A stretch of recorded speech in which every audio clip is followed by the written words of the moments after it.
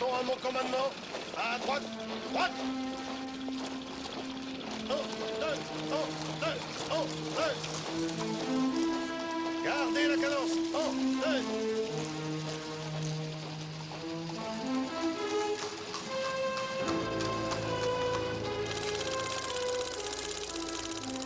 Nouvelle offensive en Flandre, 7 juin 1917, le général Haig attaque Ypres. À 6h20, nos hommes reçurent l'ordre d'avancer.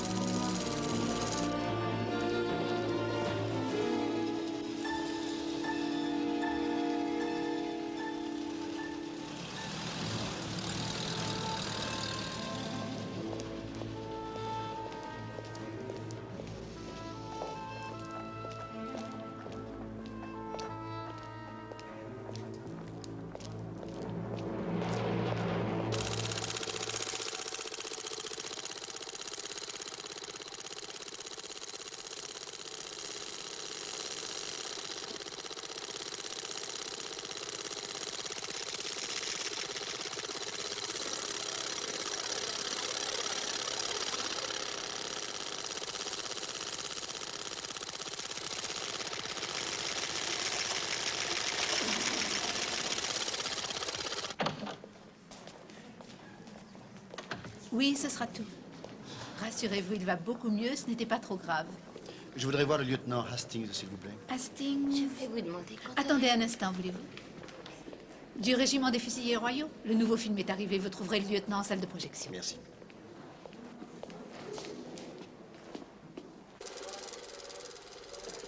Des réfugiés belges sont accueillis sur nos rivages. Excusez-moi, lieutenant Hastings. Un monsieur vous demande. Merci.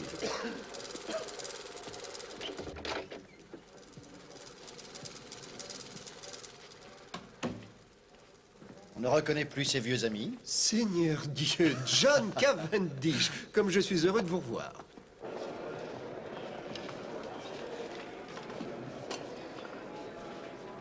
J'ai voulu m'engager, mais on m'a dit que j'étais trop vieux. C'est de la mouflerie. Que devient votre frère Laurence? Il pratique toujours la médecine. Il avait arrêté jusqu'à la guerre. J'ignore pourquoi il a voulu être médecin. On l'a envoyé travailler dans un hôpital local. Et il écrit toujours. Il a déjà publié quelque chose. De courtes histoires, des poèmes, des feuilletons dans les magazines. Je suppose que vous savez que Mère s'est remariée. Seigneur Dieu, non, je n'en savais rien. On a vu un jour débarquer un individu qui prétendait être un cousin éloigné d'Evie. Vous vous rappelez, Evie? Evie. Evie Howard, c'est la femme à tout faire de ma mère. Une fille très attachante, cette bonne Evie. Je vais dû partir avant qu'elle n'arrive. Enfin bref, le dénommé Ingletorp est arrivé à la maison et un mois après, notre chère mère nous annonçait qu'elle et Alfred étaient fiancés. Tout le monde fut surpris car cet individu a 20 ans de moins qu'elle. 20 ans de différence. Vous étiez tous dans une situation délicate. Délicate. C'est le moins qu'on puisse dire.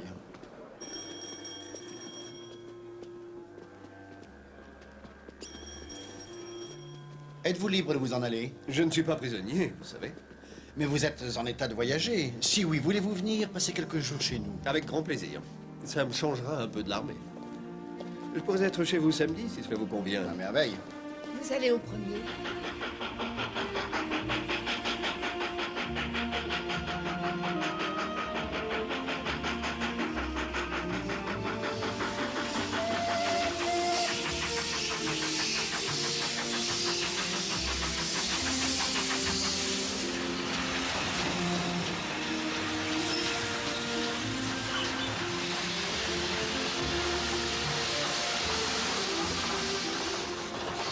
Styles Sainte-Mary. Styles Sainte-Mary.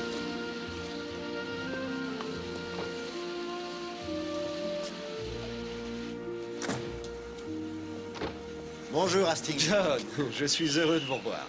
Venez. Nous avons réussi à obtenir quelques gouttes d'essence, grâce au ministre de l'Agriculture. Vous devez vous servir souvent de la voiture? Assez, oui. Je dois aller voir tous les fermiers, une fois par mois, donc je circule beaucoup. Je me demande si nous avons le temps de passer prendre Cynthia et Laurence. Non, ils ont déjà dû partir de l'hôpital. Cynthia, c'est votre femme? Ah, non, c'est une protégée de ma mère. La fille d'une de ses amies d'enfance. Elle s'est retrouvée sans argent et ma mère l'a prise sous son aile. Elle travaille dans le même hôpital que Laurence, à Malmesbury. En voiture.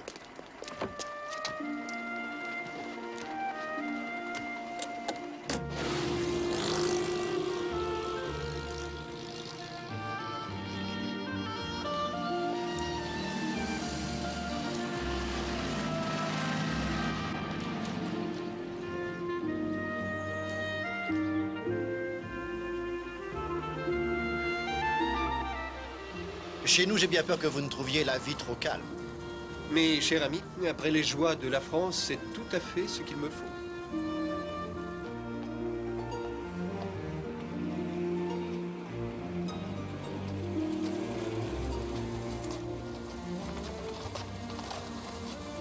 C'est une de vos voisines.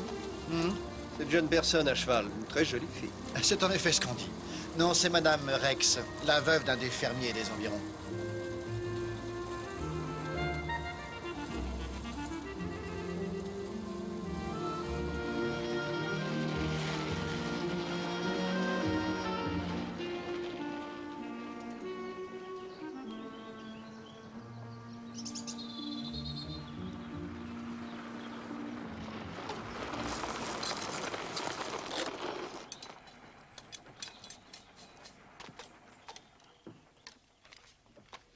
Venez, Evie.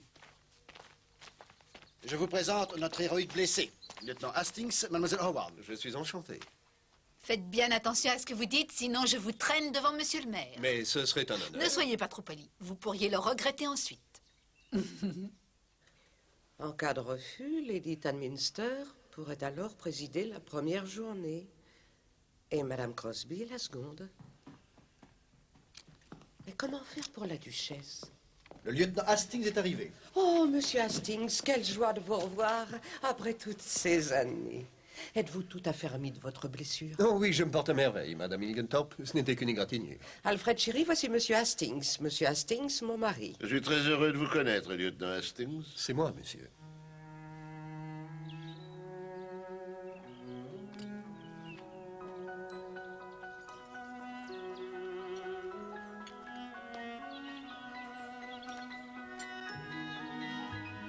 Mary, le lieutenant Hastings. Enchanté, lieutenant. J'ai entendu parler de vous si souvent. Non, c'est réciproque, madame. John a de la chance. C'est celui que j'aime.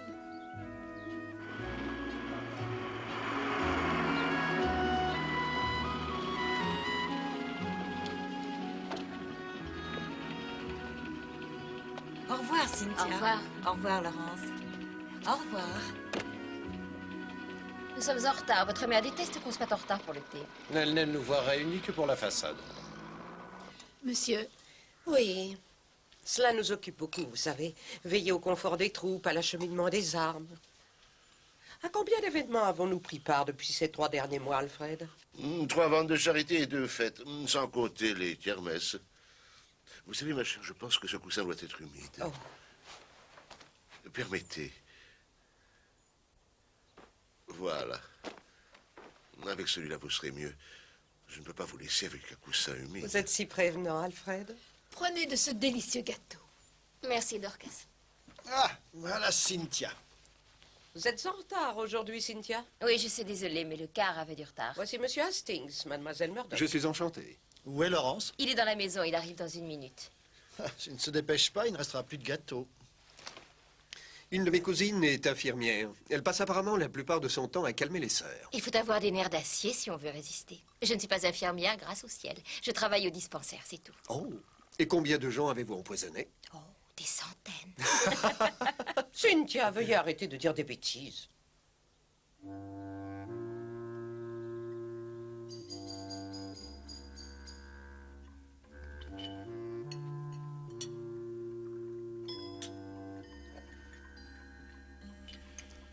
Qu'avez-vous l'intention de faire après la guerre, lieutenant? Eh bien, vous allez vous moquer de moi, mais je caresse le rêve de devenir détective. J'étais en Belgique avant la guerre et j'ai rencontré un des plus grands détectives. Que faisiez-vous en Belgique? J'ai chassé le canard. Ce détective venait de Bruxelles et enquêtait sur un meurtre commis au village. Je crois que j'avais été suspect pendant quelque temps parce que la victime avait été tuée avec le même fusil que le mien. C'est effroyable. Pas vraiment, non. Mon système est basé sur le sien. Mais bien sûr, je lui ai apporté quelques améliorations. C'était un petit bonhomme curieux. Il avait tout du dandy, mais d'une intelligence stupéfiante. J'aime les bonnes histoires policières. Le docteur Wilkins disait hier qu'étant donné l'ignorance des médecins par rapport aux poisons qui ne sont pas courants, il y a sûrement un nombre insensé de meurtres qui resteront toujours impunis. Pourrait-on parler d'autre chose? Mon frère est très sensible à ce sujet, faisant partie du corps médical.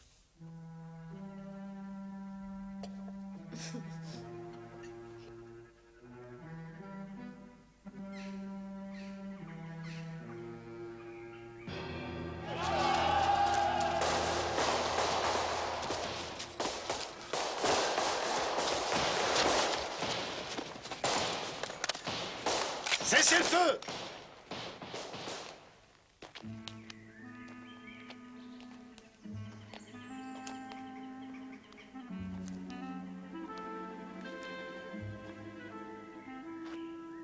Encore un exemple des croyances bucoliques britanniques. Anagalis arvensis, c'est-à-dire, en langage clair, le mouron rouge.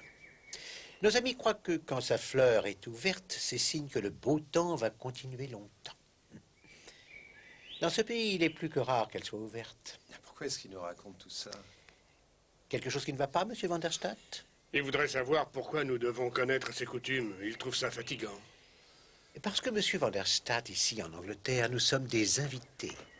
Et si nous voulons gagner la confiance des indigènes, et nous devons alors connaître leurs coutumes. Qu'est-ce que c'est? Alors, soldats, où est le reste de votre section? Ils sont tous morts. Enfin, ils disaient que non, mais l'arbitre a dit que oui, alors ils sont morts. Quoi qu'il en soit, faites circuler ces civils.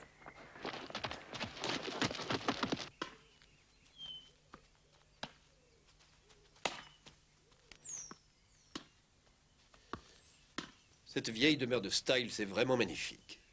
Oui, elle l'est, en effet. Elle m'appartiendra un jour, ainsi que notre maison de Londres. J'ai pu persuader Mère qu'Inglethorpe n'avait aucun droit sur ses biens. Il n'y a pas droit de toute façon. D'après ce qui est établi, pour le moment, j'aurai sans doute les maisons de Styles et de Londres. Mais Inglethorpe aura toute la fortune et je suis fauché. Votre frère pourrait vous aider, peut-être. Laurence? Non. Nous sommes tous fauchés.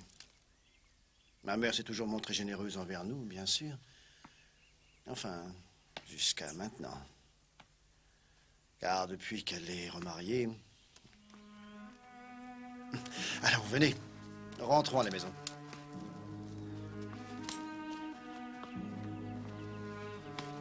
Vous rappelez-vous la chanson que les soldats britanniques nous avaient apprise? Voulez-vous que nous la chantions? Alors attention, tous ensemble.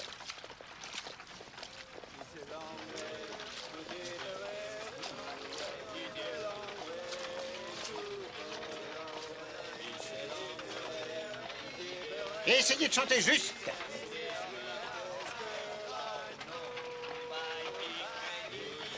Non. Bonjour, monsieur Poirot. Bonjour, Dr. Wilkins. Je vous salue, messieurs. Je vois que vous avez rejoint la cavalerie. Oui, tel que vous me voyez, je rentre chez moi. Ça fait 2 fois que je me fais tuer en un mois. Dites-moi, que diriez-vous d'une panne de bière s'il y en a encore? Oh, non, merci. J'avoue que je ne vois pas pourquoi les Anglais fréquentent ces débits de boissons. Toutes ces bouteilles de tailles différentes, rangées dans n'importe quel ordre. Dark. Cela ne semble pas gêner vos compatriotes.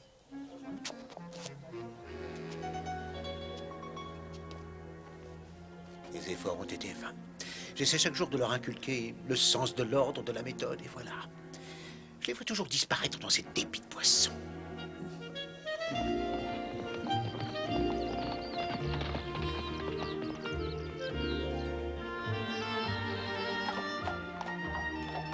C'est un très bon cheval. Je croyais qu'on avait réquisitionné tout ce qu'il y avait de correct pour l'armée. L'usage agricole du cheval nous en a exemptés, heureusement. Ah, je vois. Je fais le tour du domaine presque tous les jours. De toute façon, je n'ai rien d'autre à faire. Vous travaillez les terres, je crois. Oui, mais ça se passe très tôt le matin. Normalement, j'ai terminé vers midi. Je ne voyais pas ça comme un travail de femme. C'est la guerre. Chacun doit faire son devoir de soldat. En tout cas, vous portez divinement l'uniforme, si je peux me permettre. Tiens, t'es un bon garçon. Merci. je n'ai pas du tout pensé à votre jambe blessée. Vous n'avez pas mal? Non, non, non, ça va parfaitement bien. Je crois que cette canne est devenue inutile. Tenez, avec les compliments de l'armée. Le mois de juin n'a jamais été aussi chaud. Ce qu'il nous faut, c'est un bon verre de limonade fraîche. La limonade? Je crois bien ne pas en avoir vu depuis 1914. On fait un tennis tout à l'heure? Avec plaisir. Mary, Hastings, vous voulez venir dans mon bureau? Qu'y a-t-il?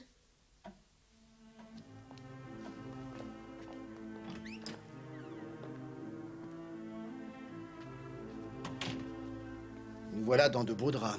Evie s'est accrochée avec Inglethorpe et elle est renvoyée. Renvoyée? Elle s'en va, on lui a signifié son congé. Elle est allée voir mère et elle lui a... Je n'en pouvais plus, je lui ai dit ce que je pensais. Evie, ça ne peut pas être vrai. Oh, si, c'est vrai. J'ai peur d'avoir dit à Émilie des vérités qu'elle n'oubliera pas et ne me pardonnera pas. Oh, Evie. Vous êtes une vieille femme, lui ai-je dit. Et il n'y a pas pire idiote qu'une vieille idiote. Votre mari a 20 ans de moins que vous. Oh, non. Désolée, mais il fallait que je le fasse. J'ai été directe. Je lui ai dit, je vous préviens, Émilie, que ça vous plaise ou que ça ne vous plaise pas, ce type a autant envie de vous assassiner dans votre lit que de vous y voir. Il est répugnant. Oh, Seigneur. Et qu'est-ce qu'elle a dit? Affreuse calomnie, mensonges et hontés, méchante femme, cher Alfred, etc., etc. Elle a fini par dire que plutôt je quitterais la maison, mieux ça vaudrait. Alors je m'en vais.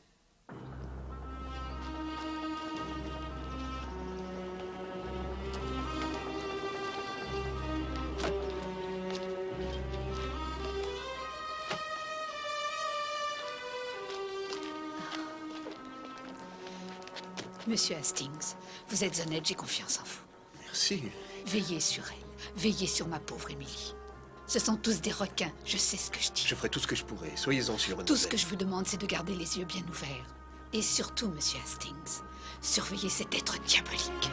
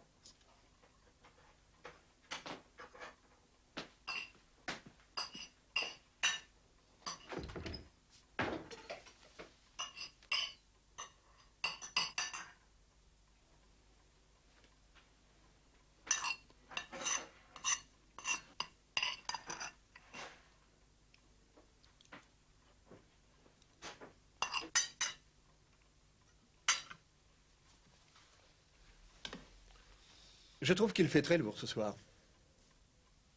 Vous trouvez? Je ne serais pas surpris si un orage éclatait.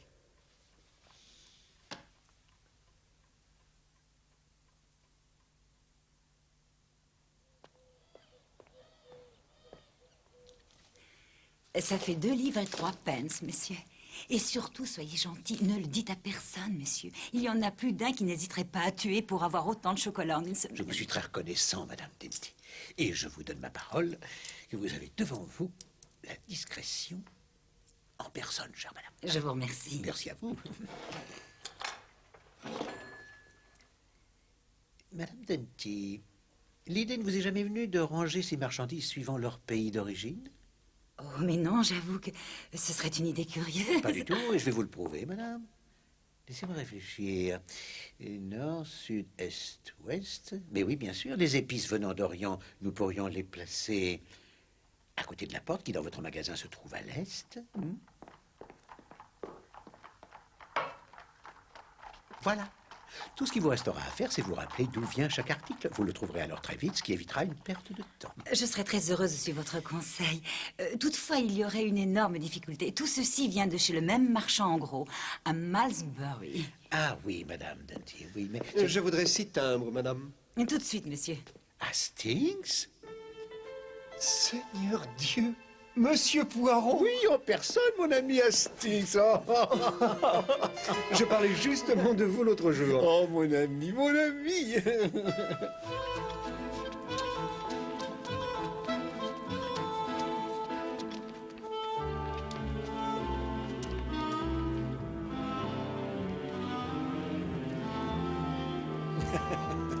Voici mon grand ami, Monsieur Poirot. On ne s'était pas vu depuis des siècles. Nous connaissons déjà Monsieur Poirot. J'ignorais qu'il était de vos amis. Oh, ce n'est que grâce au bon cœur de Madame Inglethorpe, la mère de Monsieur Lawrence, que je suis là. Elle a eu aussi la générosité d'offrir l'hospitalité à 7 de mes compatriotes qui, tout comme moi, ont dû fuir leur terre natale.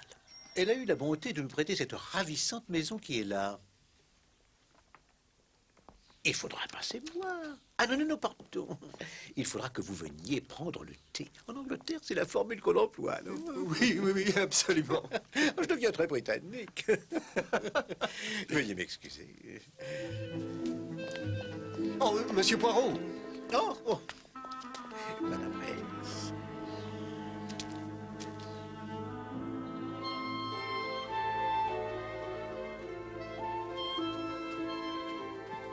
Conduite est un qualifiant. Ça ne vous regarde pas. Oh, si, ça me regarde. Ça ne vous suffisait pas d'avoir une aventure sordide avec cette femme. Voilà que je découvre que vous lui avez donné une grosse somme d'argent. D'abord, il ne s'agit pas d'une grosse somme d'argent, et ensuite, ce n'était qu'un prêt. Non, non et non, ma décision est prise. Ne croyez pas que parce qu'il s'agit d'un couple, la peur du scandale me fasse fléchir. Je vous ai vécu, je vous ai nourri, je vous ai donné un toit, et voilà la façon dont vous me remerciez. Et c'est un petit homme charmant. Vous hébergiez une célébrité sans le savoir. C'est vrai. Oh, c'est vous. Quelque chose ne va pas, tante Émilie? Pourquoi cette question? Dorcas, apportez-moi quelques timbres, voulez-vous? Bien. Vous avez l'air très fatiguée, madame. Vous devriez aller vous reposer, je crois. Oui. Mais non, pas tout de suite. Il me reste quelques lettres à finir avant la levée de la poste. Avez-vous allumé la cheminée de ma chambre? Oui, madame. Je compte aller me coucher tout de suite après le dîner.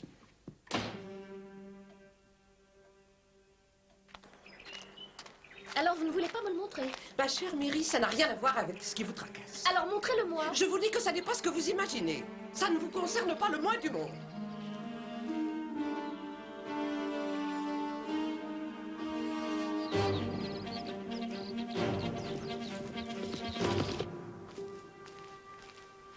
Hastings, il y a eu une épouvantable dispute. C'est par Dorcas que je viens de l'apprendre. Oui, je le sais, je viens d'entendre Mary et Madame Inglethorpe. Mais non! Ça se passait entre tante Émilie et lui.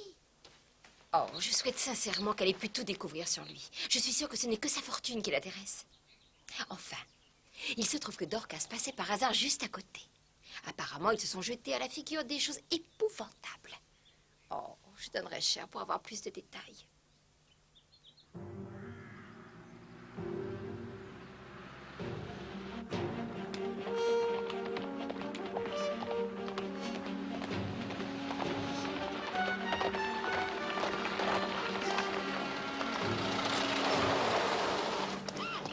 Où allez-vous? Je dois aller au village. Vous allez voir votre précieuse Madame Rakes, n'est-ce pas? Un peu de tenue, Mary. Je vous préviens, John. Il n'est pas question que je supporte ça plus longtemps.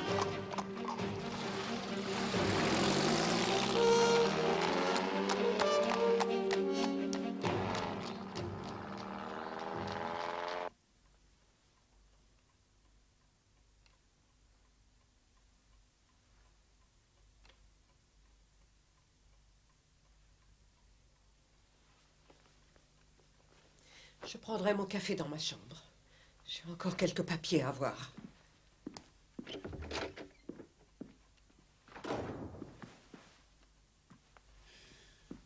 J'ai lu dans les journaux que les premières divisions américaines sont attendues en France la semaine prochaine. Voulez-vous apporter son café à Madame Inglethorpe, Cynthia?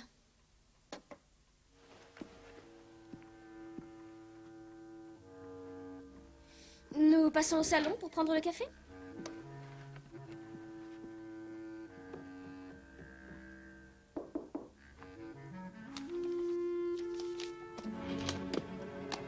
Oui, entrez. Posez-le à côté de mon lit. Je ne vais pas tarder à aller me coucher, moi aussi. Je suis épuisée. Je vais prendre un somnifère. Veuillez allumer la lampe avant de vous en aller. Oui. Oui, il va bientôt faire nuit.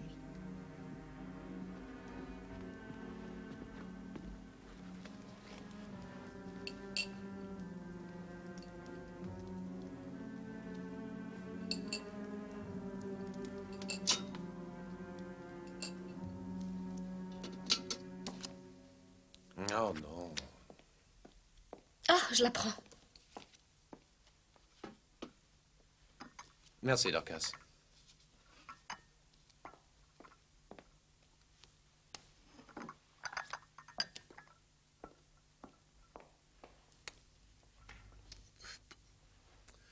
Je dois aller jusqu'au village, voir notre régisseur pour régler des histoires de terrain. Inutile de rester réveillé pour moi. J'aurai la clé pour entrer.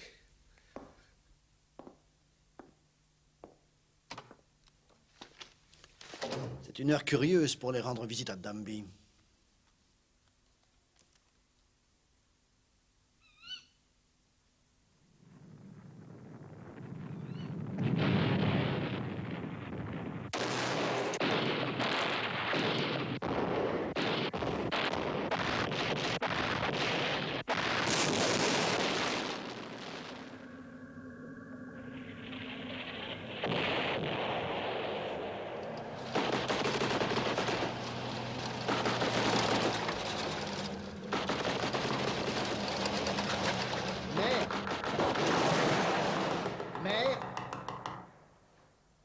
Mère!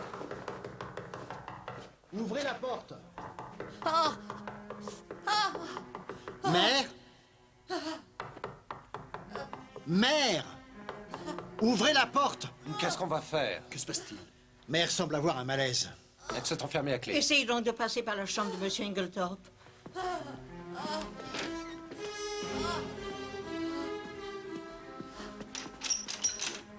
Fermez à clé. Oh, ma pauvre maîtresse. On va essayer d'enfoncer la porte. Beth, allez vite chercher le docteur Wilkins. Y a pas une porte qui donne dans la chambre de Mademoiselle Cynthia? Si, mais elle est toujours verrouillée. Il faut quand même aller voir.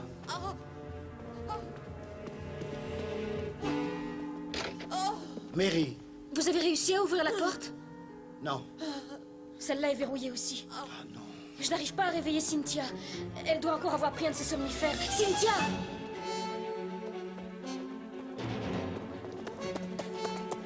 Attention. 1, 2 et 3. Encore une fois. 1, 2 et 3.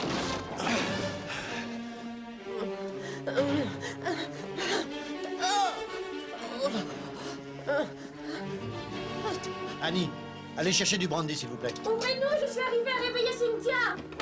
Ça va, Cynthia? Oui, j'avais pris un truc pour dormir. Que se passe-t-il? Ça va un peu mieux. Ça m'est arrivé tout d'un coup. J'étais stupide de m'enfermer à clé dans ma chambre. C'est fini, mère. Calmez-vous. Je me sens mieux maintenant.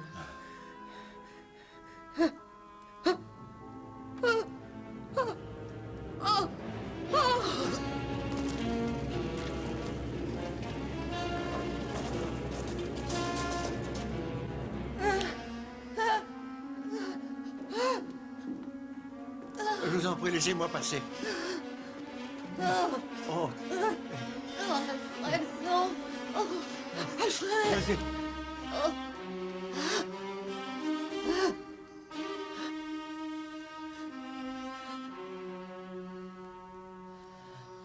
Oh non.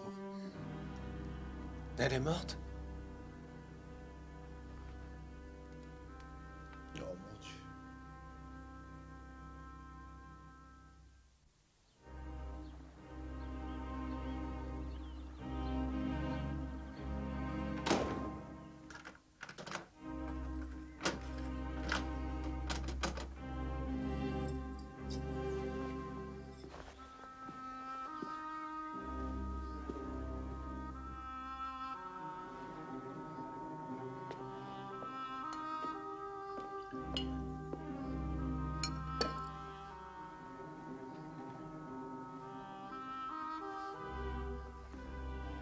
Où est Monsieur Inglethorpe?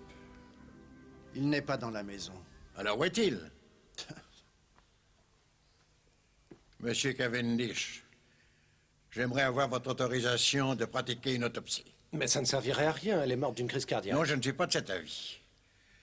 Madame Inglethorpe présente tous les symptômes classiques d'un empoisonnement à la strychnine. Non, ce n'est pas vrai.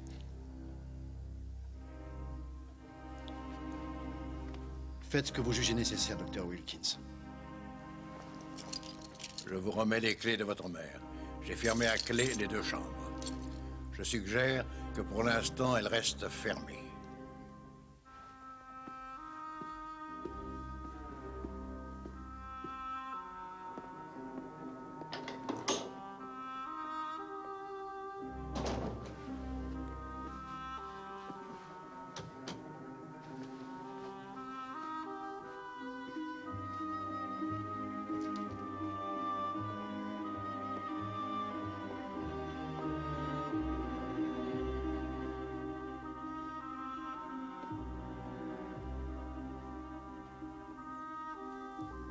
Vous rappelez-vous que je vous ai parlé de mon ami Poirot, le Belge qui est au village?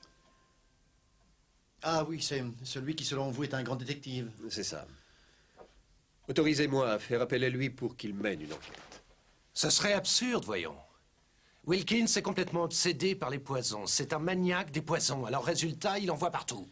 Je suis prêt à donner carte blanche à Hastings puisqu'il le demande. Mais je crois préférable d'attendre et d'éviter un scandale qui nous nuirait. Non, non, non, non, vous n'avez aucune inquiétude à avoir. Monsieur Poirot, il a discrétion personnifiée. Je suis d'accord. Non, John. Désolé, Lawrence.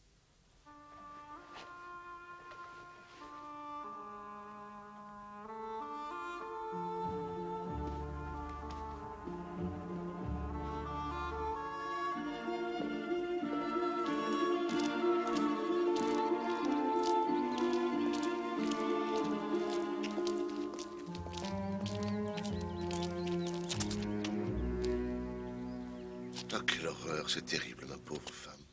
Où étiez-vous passé? J'ai été retenu par Denby assez tard hier soir.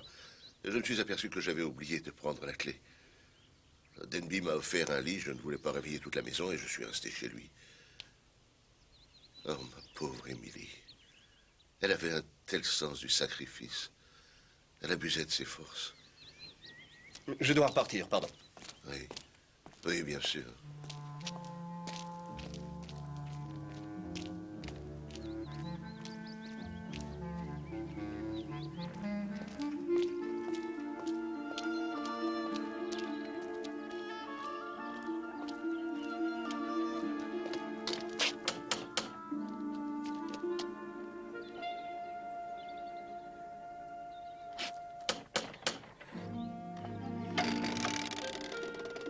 Oui? Monsieur Poirot, bonjour. Oh, Hastings, vous êtes matinal. Madame Inglethorpe est morte. Un moment.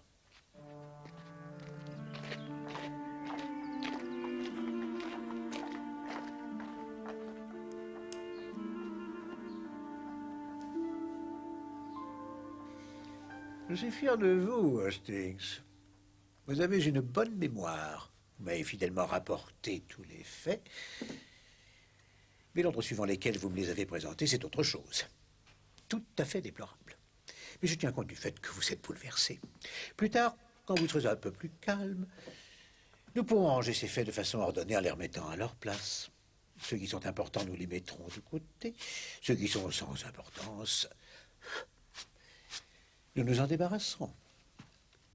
Quelles que soient les excuses que je vous trouve, il n'en reste pas moins que vous avez omis de mentionner un point de cette affaire qui est de toute première importance. Et qu'est-ce que c'est?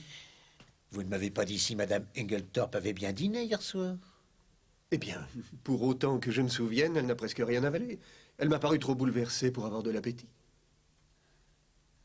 Je vois. Eh bien, allons-y.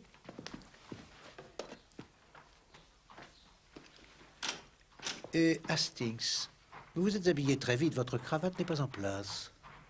Il ne faut jamais se laisser aller, Hastings.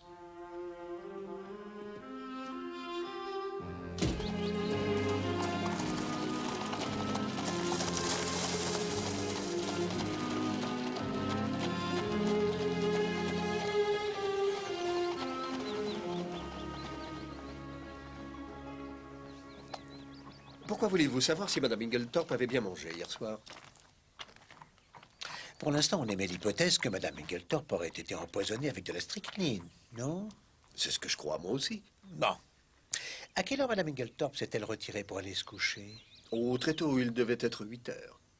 Malgré cela, les symptômes ne se sont pas manifestés avant 5 heures du matin. Cela fait 9 heures. Un repas copieux pris en même temps que le poison pourrait en retarder les effets, mais sûrement pas autant.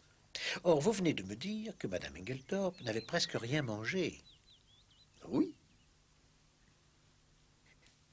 Nous voilà avec un de ces curieux petits détails qui changent tout, mon ami. On le met là.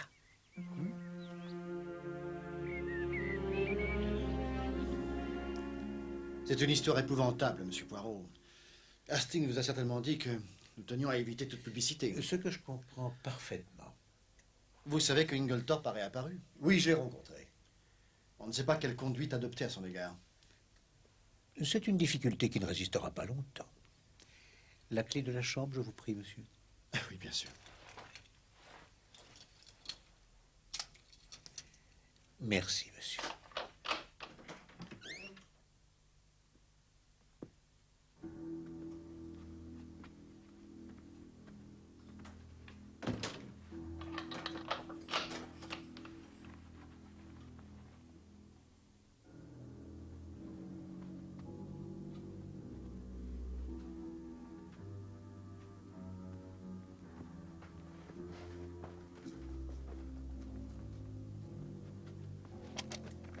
Hastings, nous devons laisser ceci en l'état jusqu'à ce que l'homme de loi de Mme Ingeltorp soit présent.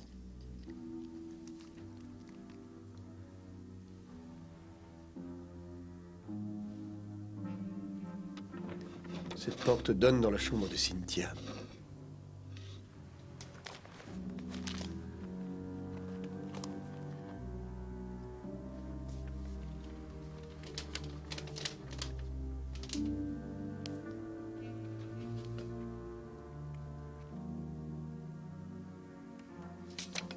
Qu'est-ce que c'est? Nous verrons plus tard.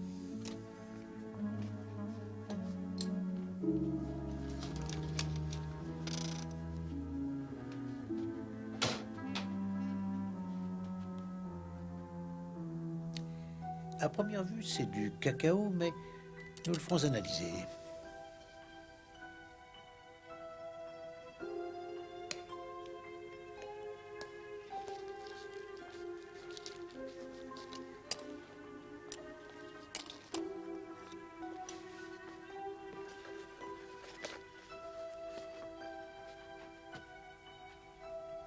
Ah, regardez, Hastings.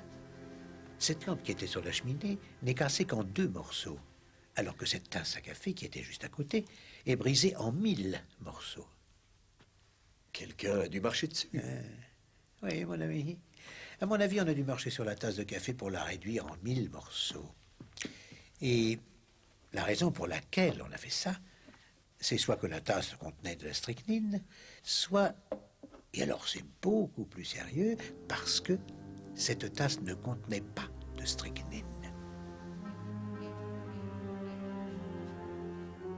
Qu'est-ce que c'est que ça?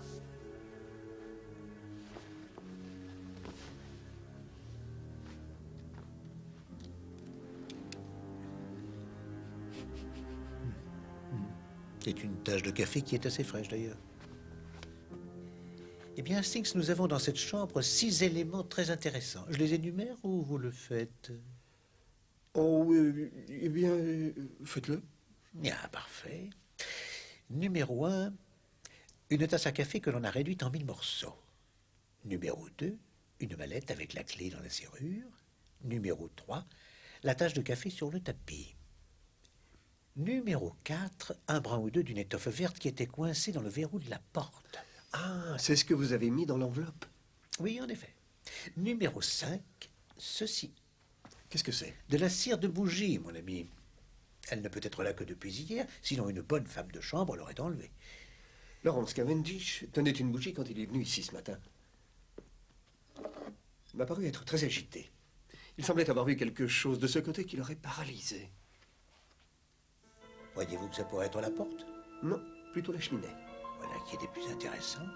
Mais la bougie qu'il tenait est rose, alors que celle qui a fait cette tache était blanche. Et le 6e élément? Non, le 6e élément, je préfère le garder pour moi, du moins pour l'instant. Eh bien voilà, nous n'avons plus rien à faire ici, je crois. Si ce n'est...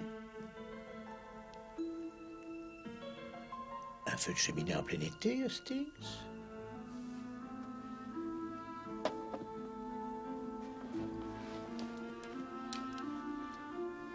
Le feu réchauffe, mais il peut aussi détruire. Il se pourrait qu'il reste... Ah! Voilà. Qu'en dites-vous, mon ami? Un morceau de papier épais, plus épais que du papier à lettres ordinaire. Alors? Un testament. Si c'était un fragment de testament, on a voulu le brûler? Exactement. C'est ce à quoi je m'attendais. Et dites-moi, mademoiselle, votre maîtresse avait-elle dans sa garde-robe une robe vert foncé? Non, monsieur. Quelqu'un dans cette maison possède-t-il une robe de cette couleur? Non, monsieur. Pas que je sache, en tout cas. Parfait. Laissons cela de côté pour l'instant. Si vous le permettez, je voudrais vous poser une ou deux questions au sujet de l'après-midi d'hier. Oui, monsieur. Votre maîtresse a eu une dispute? Je ne sais pas si j'ai le droit Ma bonne Dorcas, Madame Inglethorpe est morte. Nous devons tout savoir et dans les moindres détails si nous voulons la venger. Alors là, pour ça, oui, je suis d'accord. Sans vous donner de nom, monsieur, dans cette maison, il y a quelqu'un qu'aucun de nous n'a jamais pu sentir. Ah? Alors, si on en revenait à cette dispute...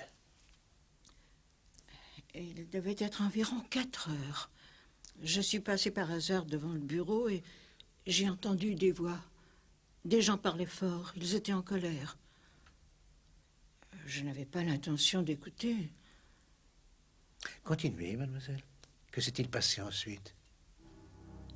Et puis, à 5 heures, Madame Inglethorpe a sonné et m'a demandé d'apporter le thé.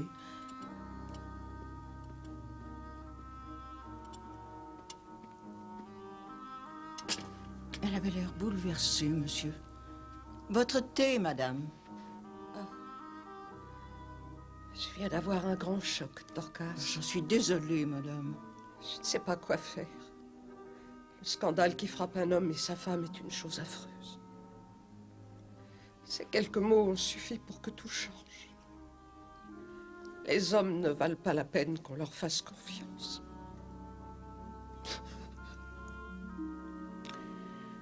Dites-moi, mademoiselle, ce papier qu'elle tenait en disant ça, avez-vous une idée de ce qu'elle a pu en faire ensuite? Alors, je suppose qu'elle l'a enfermé dans sa petite mallette rose. Si c'était important, bien sûr. Je vois. Dites-moi, mademoiselle, croyez-vous possible que votre maîtresse ait pris un somnifère en poudre hier soir? Ah, pas hier soir, ça, j'en suis sûre et certaine. Elle avait pris son dernier fortifiant, mais elle n'a pas pris de somnifère. Mais pourquoi êtes-vous aussi positive? La boîte était vide, monsieur. Elle avait pris le dernier il y a 2 jours et n'en avait pas fait refaire depuis.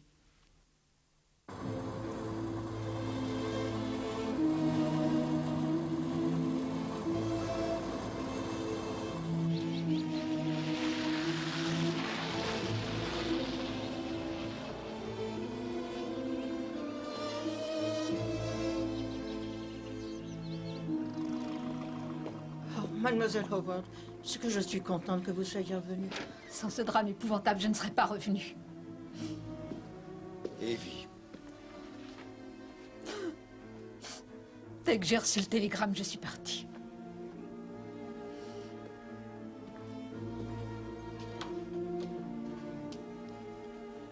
Dorcas va vous faire du thé. Je n'ai pas envie de thé. Ah, voilà Monsieur Poirot. Il nous aide dans notre enquête. Il est inutile de faire une enquête. A-t-on déjà enfermé ce monstre? Enfermé quel monstre? Alfred Inglethorpe, bien sûr. La pauvre Emily ne se serait pas fait assassiner s'il n'avait pas été là. Evie, moins fort, voulez-vous? Quoi que nous pensions, quels que soient nos soupçons, il vaut mieux en dire le moins possible pour l'instant. L'enquête officielle ne commence que vendredi. Cette enquête ne servira à rien. L'homme aura quitté le pays depuis longtemps. Il ne va pas rester là tranquillement et attendre qu'on le pende. Mademoiselle... C'est inutile, vous n'arriverez à rien. Monsieur Alfred Inglethorpe doit être pendu, même si je suis obligée de le traîner à la potence moi-même.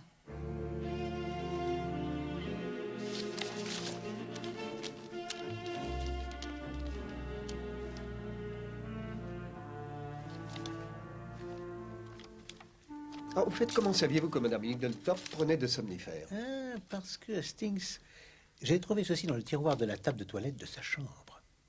C'était ça, le 6e élément que je voulais garder. Mais si elle a pris le dernier somnifère il y a 2 jours, on ne doit pas en tenir compte. Mieux vaut être prudent.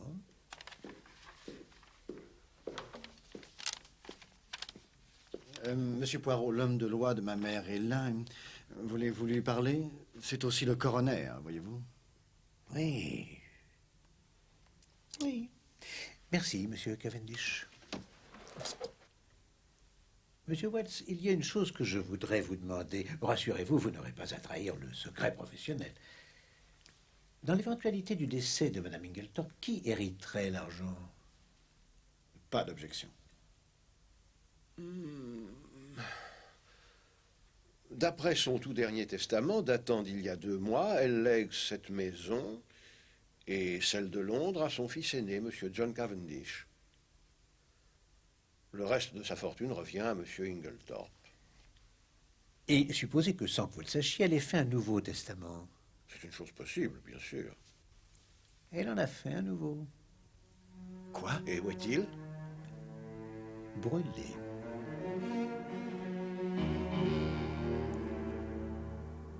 Quelle extraordinaire coïncidence. Ma mère fait un nouveau testament le jour même de sa mort. Vous êtes si sûr que ça, que c'est une coïncidence? Je ne comprends pas. À ce que vous m'avez dit, votre mère a eu une violente dispute hier après-midi avec quelqu'un.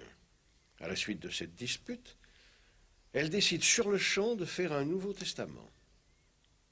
Elle ne parle à personne de ses dernières dispositions. Le testament disparaît.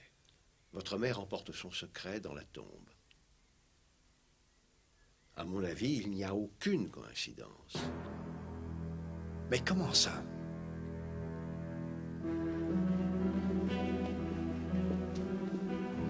Vous avez toujours les clés, monsieur Poirot? Oui, les voilà.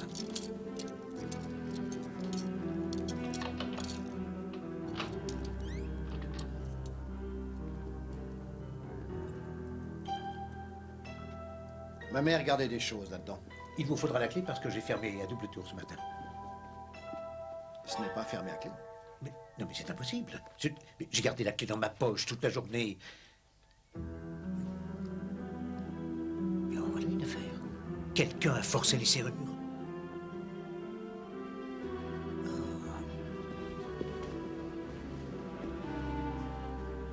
On a tiré le verrou de cette porte.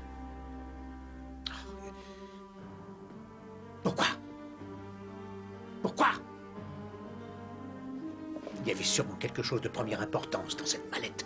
Quelque chose qui était un lien entre l'assassin et le crime. Mais quoi? Ah! Ça, je ne le sais pas encore.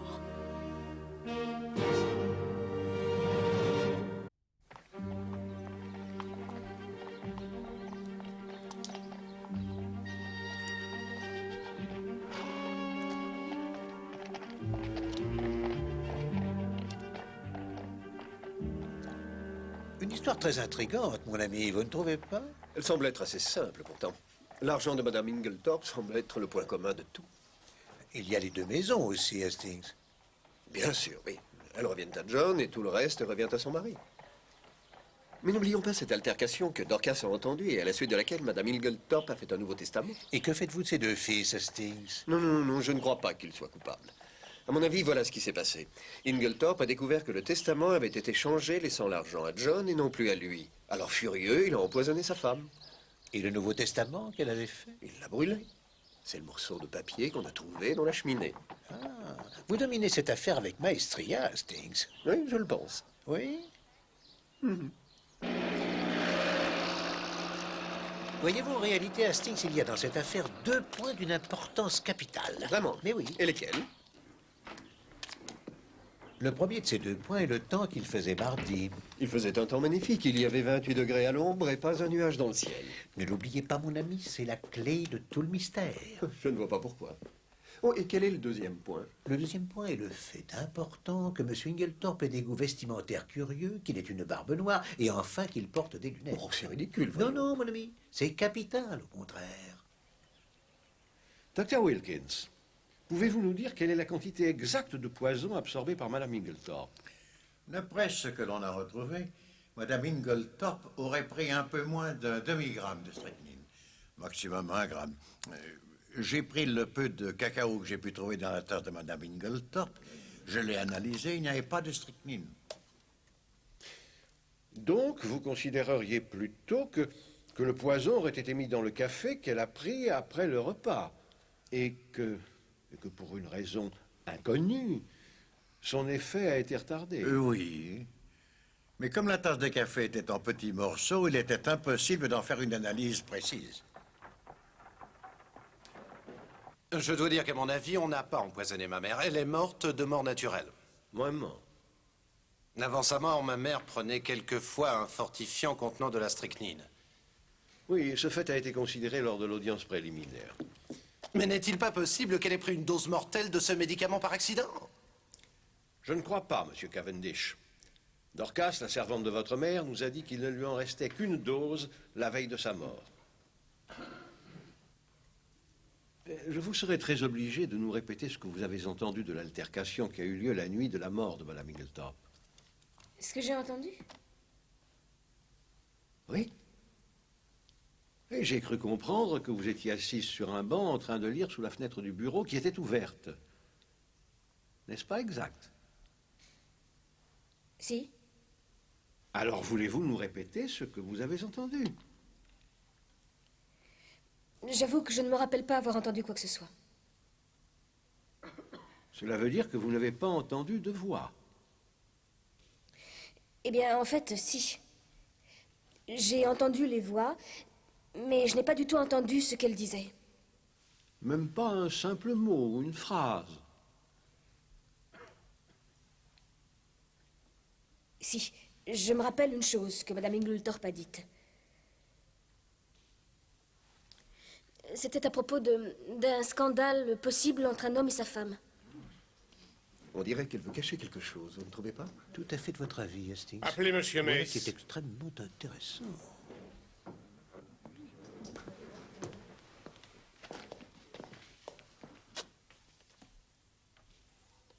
Je jure sur la Bible de dire la vérité, toute la vérité, rien que la vérité.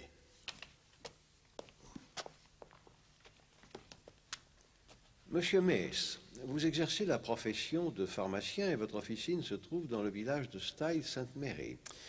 Avez-vous vendu de la strychnine ces derniers temps à quelqu'un n'ayant pas d'ordonnance? Oui, monsieur. Quand était-ce? C'était le lundi 18 juin. Il devait être 18 heures. Voulez-vous nous dire à qui vous l'avez vendu?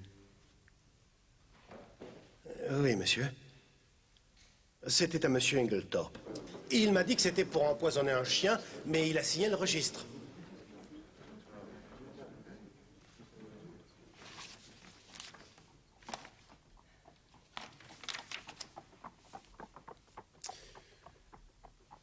C'est très bien.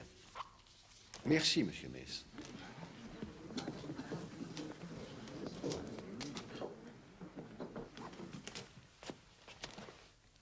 Appelez monsieur Alfred Inglethorpe.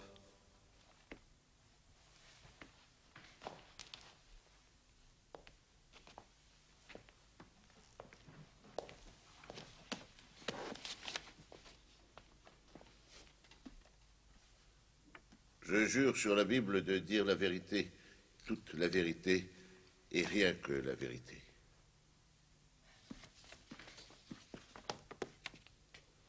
Vous êtes Alfred Inglethorpe? Oui. Vers 18 heures, lundi dernier, vous êtes-vous procuré de la strychnine à la pharmacie pour empoisonner un chien? Non, pas du tout. Il n'y a pas de chien à Styles Court. Est-ce que vous niez aussi avoir signé ce registre? Absolument.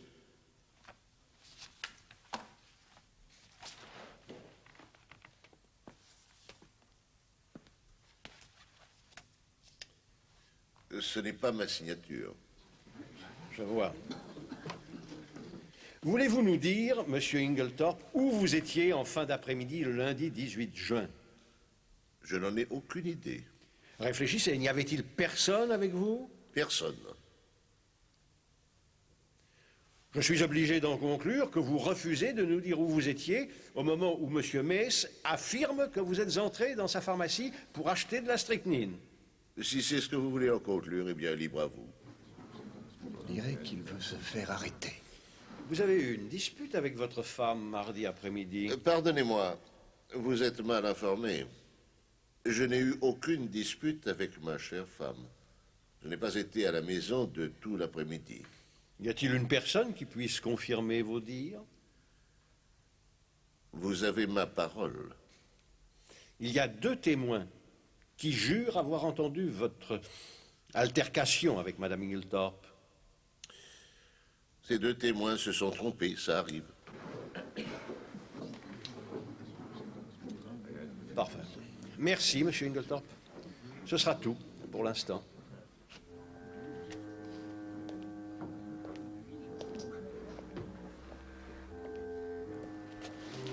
Membres du jury, Il se passe vous avez lui-même entendu les l'accord de témoignages. couple. Peut-être, Vous devez mais... rendre votre verdict. Hastings, connaissez-vous cet homme qui est près de la porte? Médical du docteur Wilkins, selon lequel Madame Inglethorpe C'est est une vieille morte connaissance, empoisonnée l'inspecteur James avec Japp de la de strychnine Scotland Yard. contenant Et si je ne me le trompe café pas, qu'elle a bu. l'homme qui est à côté de lui est aussi de Scotland Yard. Vous avez entendu le Les choses vont témoignage vite, de mon Mace, ami. le pharmacien, Peut-être même selon trop lequel, le 18 vite. juin, vers 18 heures, messieurs les jurés, quel est votre verdict? Meurtre avec préméditation, par une personne ou plusieurs personnes inconnues. Ce verdict a-t-il été rendu à l'unanimité? Oui.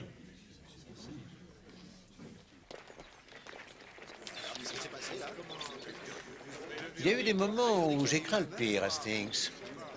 Je ne pensais pas que cet homme aurait été assez entêté pour refuser de dire quoi que ce soit. Je n'arrive pas à comprendre pourquoi le jury n'a pas inculpé Inglethorpe. Vous ne le croyez quand même pas encore innocent? Pourquoi, mon ami? Rien n'a changé. Ah, je vois que vous ne vous souvenez pas de moi, inspecteur Japp. Ma parole, mais c'est Monsieur Poirot. Voici le superintendant Summerhay. Très Vous avez heureux. entendu parler de Monsieur Poirot, non? L'affaire des faux d'Abercrombie juste avant la guerre, je crois. Ouais, c'est exact. Monsieur Poirot a arrêté le coupable à notre place à Anvers. Mais que faites-vous en Angleterre? Les Allemands ont rendu mon pays inhabitable pendant quelque temps par leur présence, inspecteur. Mais permettez-moi de vous présenter mon ami le lieutenant Hastings. Enchanté. C'est moi, lieutenant. Veuillez nous excuser. Je ne pense pas qu'il est utile de vous demander pourquoi vous êtes ici, inspecteur. En effet, cette affaire est d'une clarté évidente. Ah, je ne suis pas de votre avis.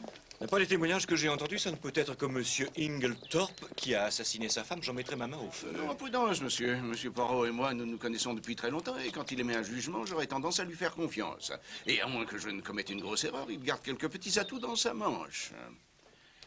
Eh bien, je vais vous dire une chose. Si vous arrêtez Monsieur Alfred Inglethorpe, ça ne vous rapportera rien de bon. Les charges contre lui tomberont immédiatement comme ça. Je vous crois sur parole, mais tout le monde ne me suivra pas. Moi, pour commencer. Alfred Inglethorpe ne doit pas être arrêté, superintendant. J'en ai fait serment.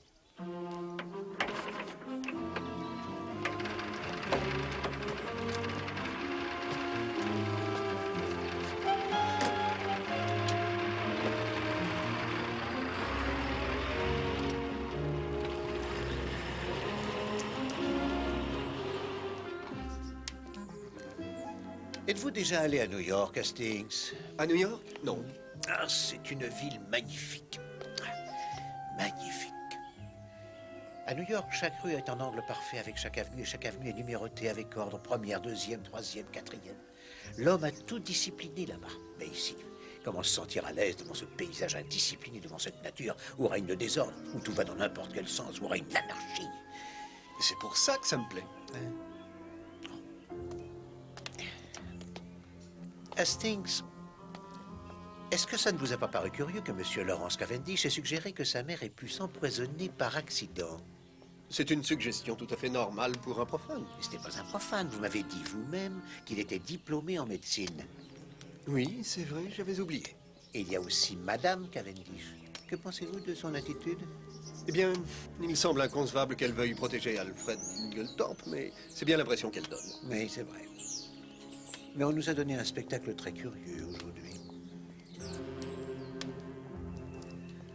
Où allons-nous, Poirot? Voir la belle et séduisante Madame Rex, Hastings. C'est une femme qui a un charme fou. Merci.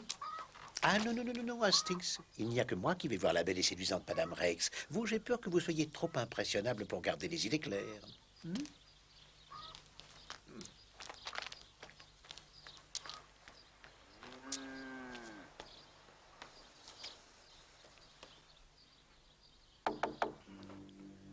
Qui est-ce?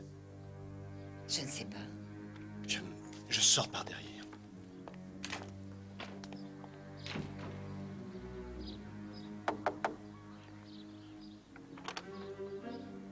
Bonjour, Madame Rex.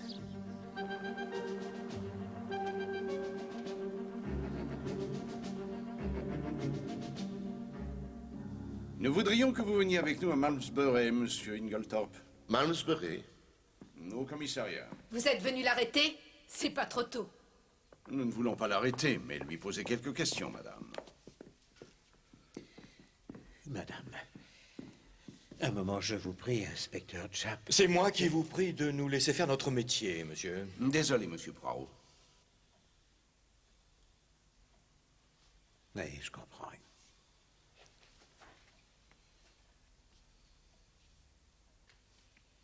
Superintendant, donnez-moi l'autorisation de poser à Monsieur Ingletorp une seule question. Bon, allez-y. C'est très gentil à vous, superintendant. Monsieur Ingletorp, est-ce que vous refusez toujours de dire où vous étiez lundi après-midi à 6 heures? Veuillez parler. Très bien. Je vais donc devoir le faire pour vous. Vous? Comment pourriez-vous? Je vais parler. Écoutez, moi, Hercule Poirot, j'affirme que l'homme qui a acheté la strychnine, lundi après-midi à 6 heures, n'était pas Alfred Ingletorp. Parce qu'à 6 heures ce jour-là, Monsieur Alfred Ingletorp était à Tadminster.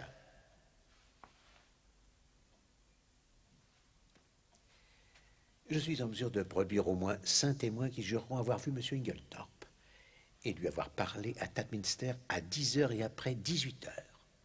Vous devez savoir que Tadminster est à 12 kilomètres au moins du village. Ma parole, Poirot, vous êtes étonnant. Qu'est-ce que je vous avais dit? Vos témoins sont dignes de foi, je suppose. Oh. Voilà, je vous ai fait une liste complète avec leur nom et leur adresse. Vous verrez par vous-même qu'ils sont sérieux. La liste comprend aussi la belle et séduisante Madame Rex. Ne vous l'avais-je pas dit?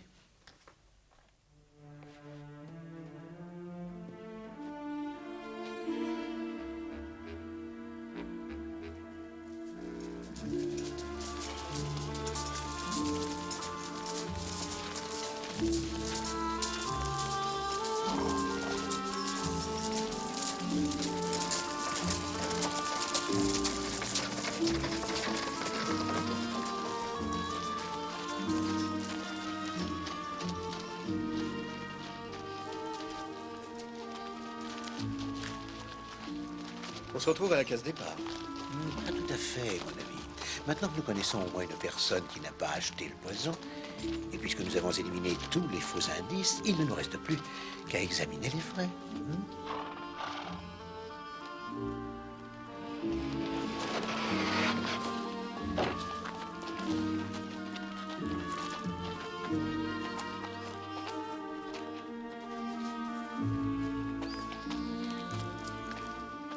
Elle s'est éteinte comme une fleur. Elle s'est envolée comme s'envolent les ombres et a disparu pour toujours de cette terre. Emportée au milieu de sa vie par une mort violente, elle implore ton secours, ô Seigneur. Pardonne-lui ses péchés, ouvre-lui les bras et accueille-la près de toi. Nous te prions, Dieu Tout-Puissant, Dieu de miséricorde. Nous te prions de tout notre cœur de lui accorder le repos éternel et le salut de son âme.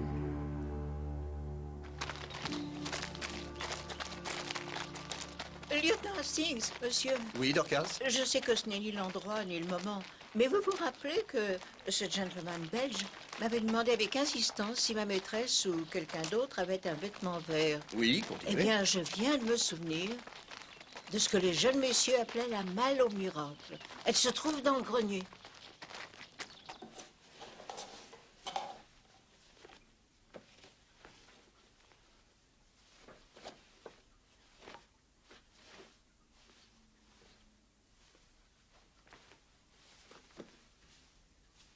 Ça, c'est vert.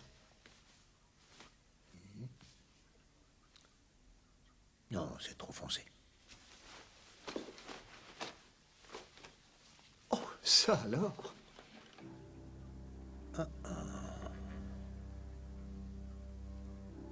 Voudriez-vous l'essayer, Hastings?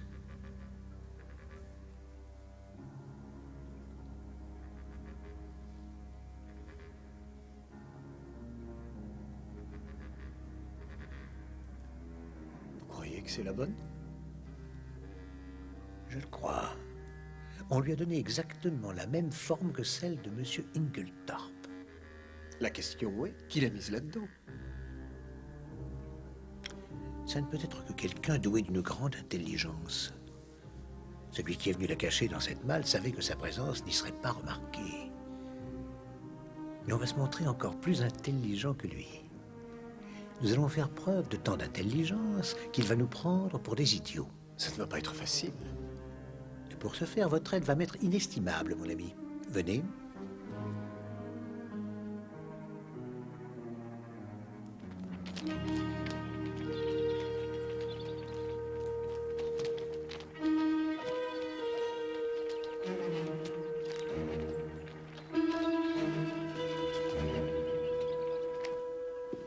Eh bien, il a quand même fini par comprendre. Comment? Il s'en va. Il s'installe à l'hôtel de Malmesbury.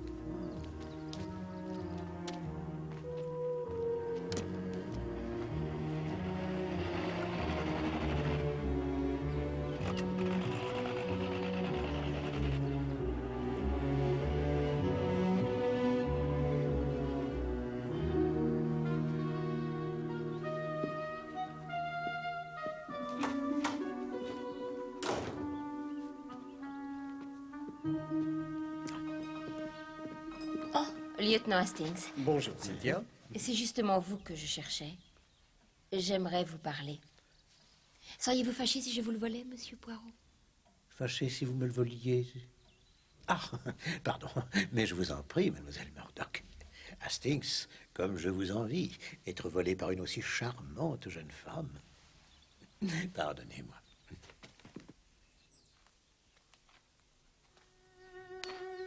De quoi vouliez-vous me parler? Si on allait s'asseoir d'abord. Oh, bien sûr.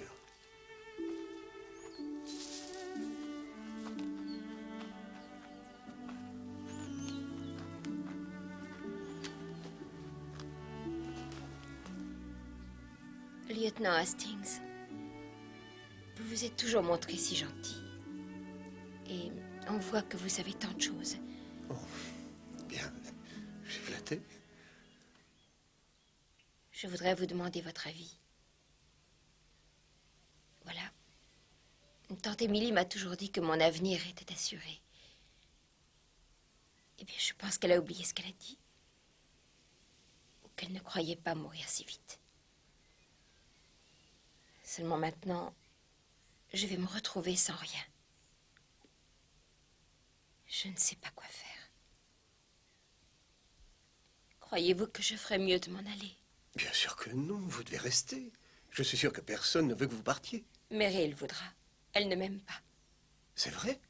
Je ne sais pas pourquoi. Et lui ne me supporte pas non plus. Mais là, je suis sûr que vous vous trompez. John vous est très attaché. Je ne parlais pas de John. Je parlais de Laurence. Ce n'est pas grave que Laurence me déteste, mais... c'est une chose horrible de voir que personne ne vous aime, que tous vous rejettent. Mais il vous aime. Je suis sûr que vous vous trompez, Cynthia. Prenez John et Mademoiselle Howard. Mais Laurence ne me parle jamais le premier, c'est toujours moi. Et Mary doit se forcer pour être simplement polie avec moi. Je ne sais vraiment plus quoi faire.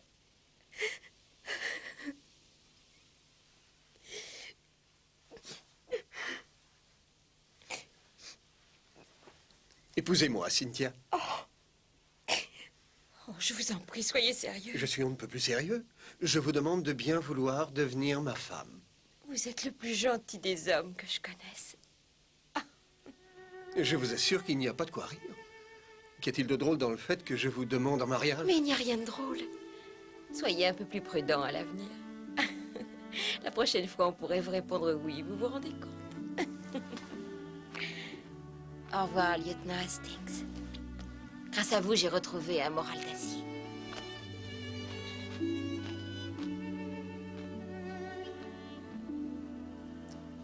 Ah, je suis perdu.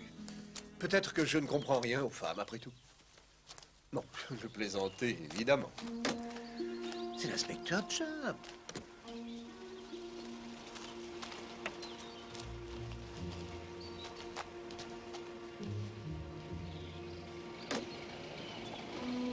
Qui est avec lui à l'arrière de la voiture? On dirait que c'est Laurence Cavendish.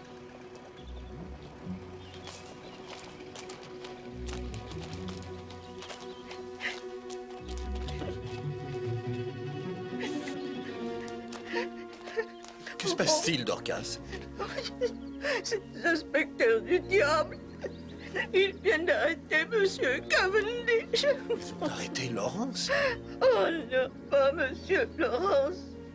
Monsieur John.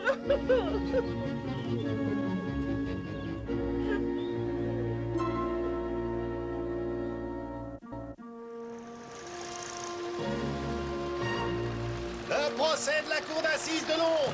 Lisez tous les détails. Cavendish au banc des accusés. Le procès de la cour d'assises de Londres.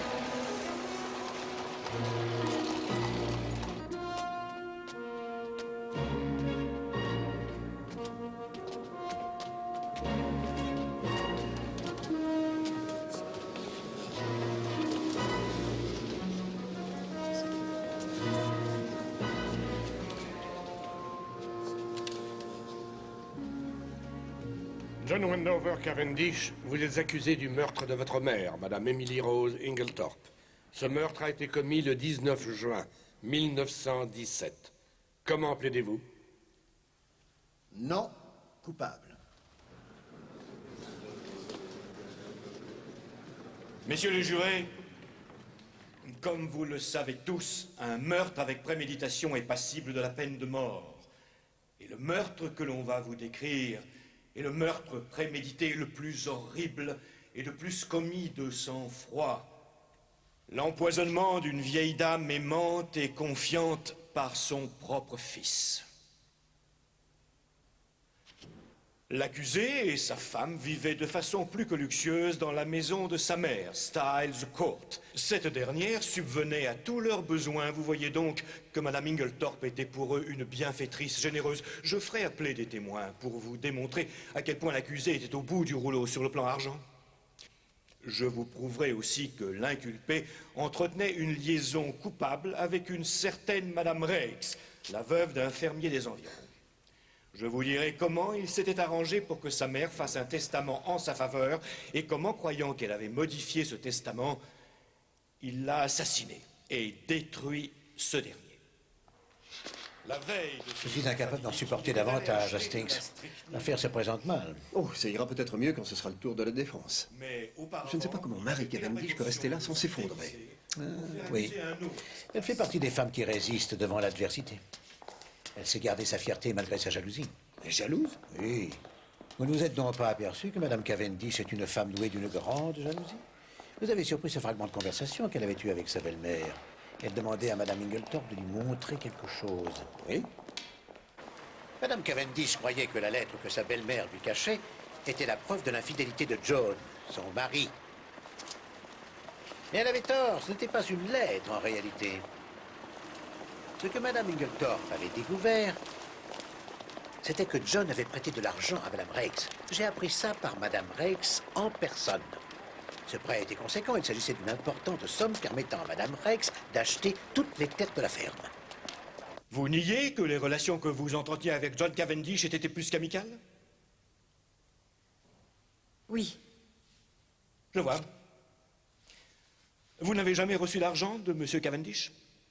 Non.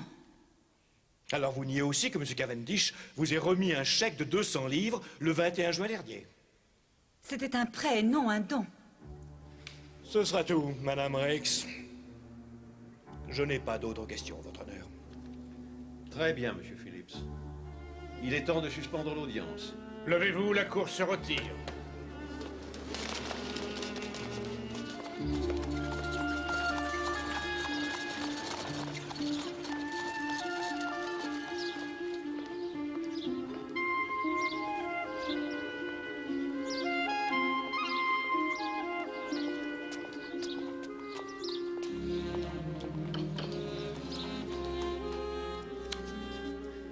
C'est votre premier séjour à Londres, Poirot.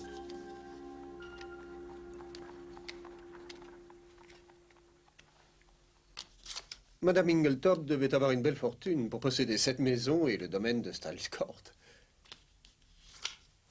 Vous allez passer toute la journée à faire ça. Je me calme les nerfs, voilà tout. C'est une très bonne occupation, qui demande une précision parfaite des doigts. La précision des doigts ne s'obtient qu'avec la précision du cerveau. Et en ce moment, j'en ai grand besoin. Je vois ça, en effet. Je peux construire un château de cartes de 7 étages en mettant une carte sur l'autre avec une précision toute mathématique sans m'énerver. Mais je ne peux pas trouver le chaînon manquant de cette mystérieuse affaire.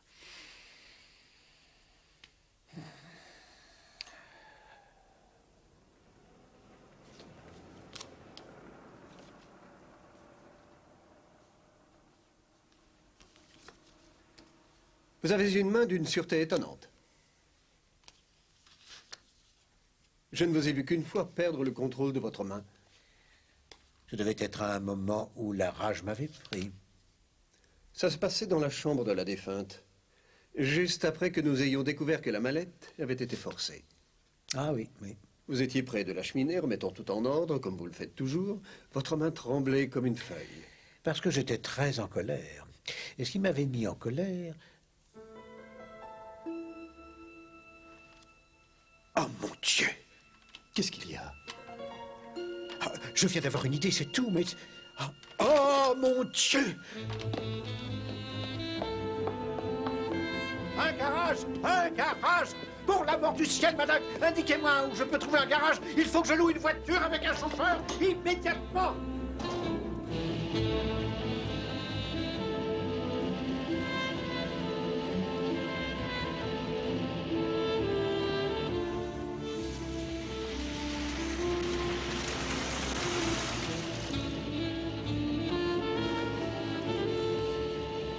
Pourriez-vous aller plus vite, je vous prie, chauffeur? Non, sauf si vous souhaitez que nous ayons un accident. Non, non, non, non, non, non, non. Continuez comme ça. C'est vous le spécialiste.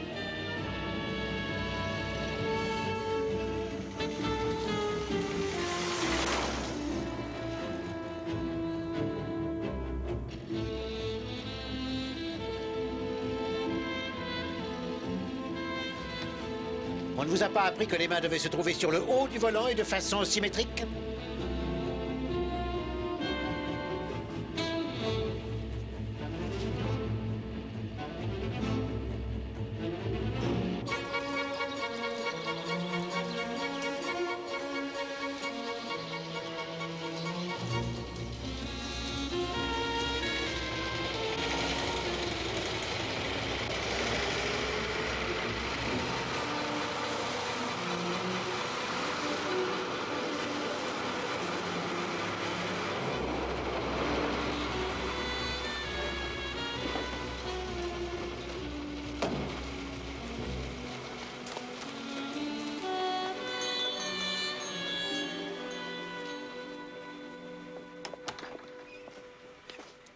Mademoiselle Dorcas.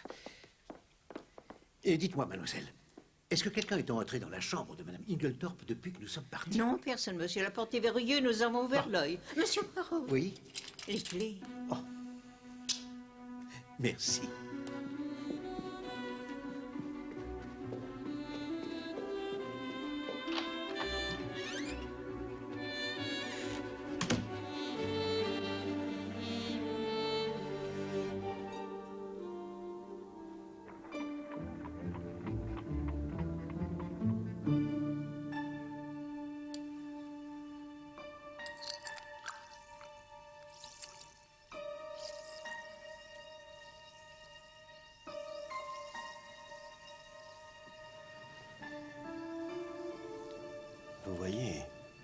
La strychnine commence déjà à précipiter, à tomber au fond de ce flacon. Dans quelques heures, il s'en formera des cristaux incolores. Qui vont se déposer et ne pas remonter à la surface. Oui, qui vont se déposer et ne pas remonter.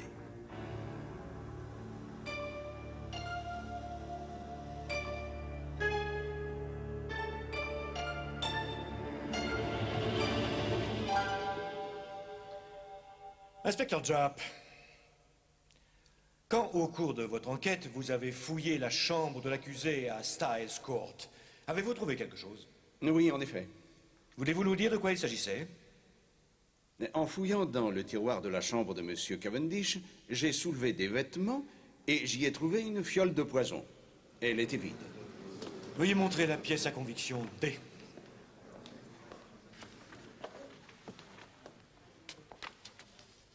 S'agit-il de cette fiole? Oui, monsieur. Avez-vous fait analyser cette fiole? Cela va de soi. Elle a été analysée par le laboratoire de Scotland Yard. On a trouvé que cette fiole avait contenu de la strychnine.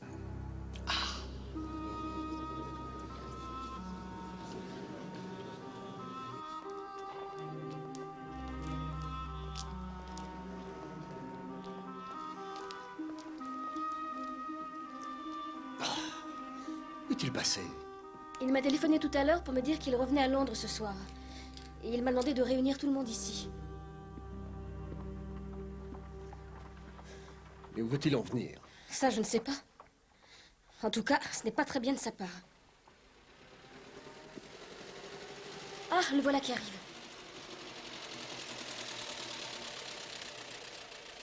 Ah non, ce n'est pas lui. Non, c'est l'inspecteur Japp. Madame, où est Poirot? On ne sait pas, il est parti cet après-midi. J'ai reçu un message me demandant d'être là à 7 heures. Tout le monde est là-haut, montez.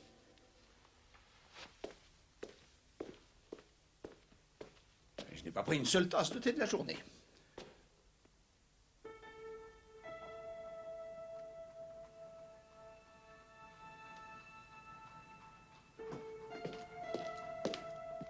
Oh, bonsoir.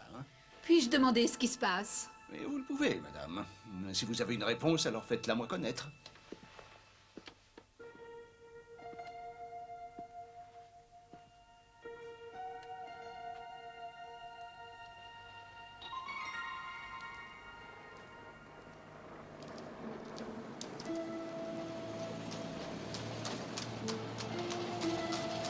Cette fois, c'est lui.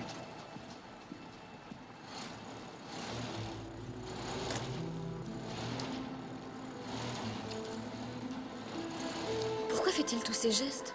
Tel que je le connais, il doit donner une leçon de conduite au chauffeur.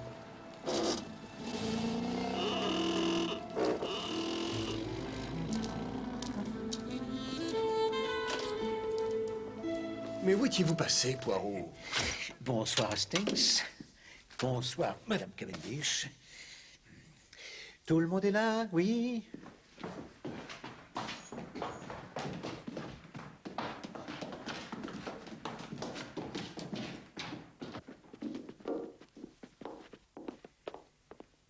Bon.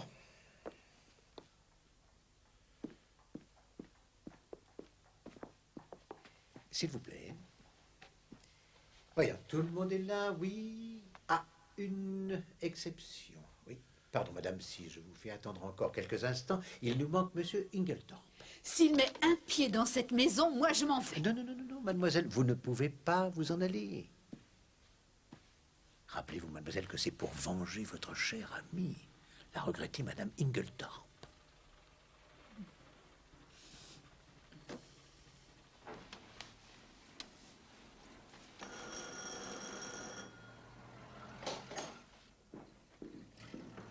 Pourquoi m'a-t-on convoqué ici? Que se passe-t-il? Je voudrais bien le savoir.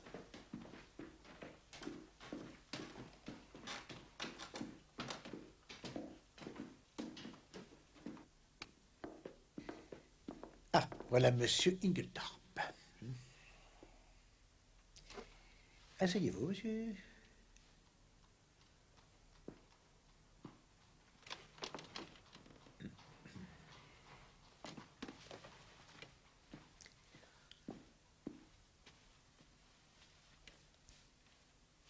Mesdames et messieurs, bonsoir.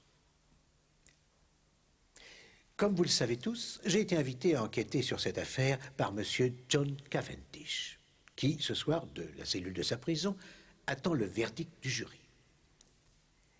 Et pour commencer, j'ai examiné la chambre de la défunte et j'y ai découvert des choses significatives. Les voici par le détail. Un fragment de tissu de couleur vert foncé. Je l'ai trouvé coincé dans le verrou de la porte de communication de cette chambre et de la chambre de mademoiselle Cynthia. Il m'a fallu pas mal de temps pour trouver d'où venait ce morceau de tissu. C'était un morceau d'étoffe appartenant à un vêtement que l'on met pour travailler la terre. À Styles Court, il n'y avait qu'une personne qui travaillait la terre. Madame Cavendish.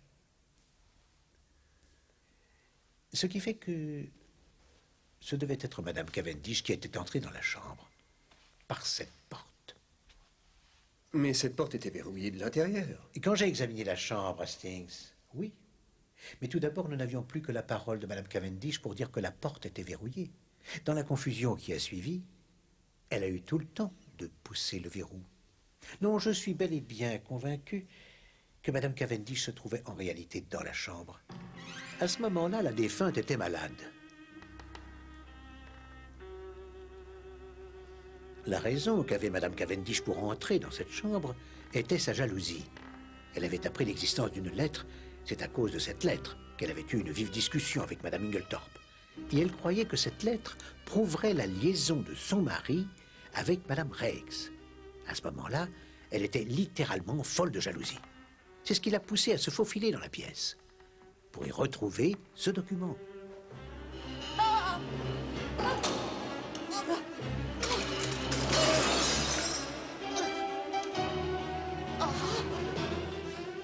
Alfred! Oh!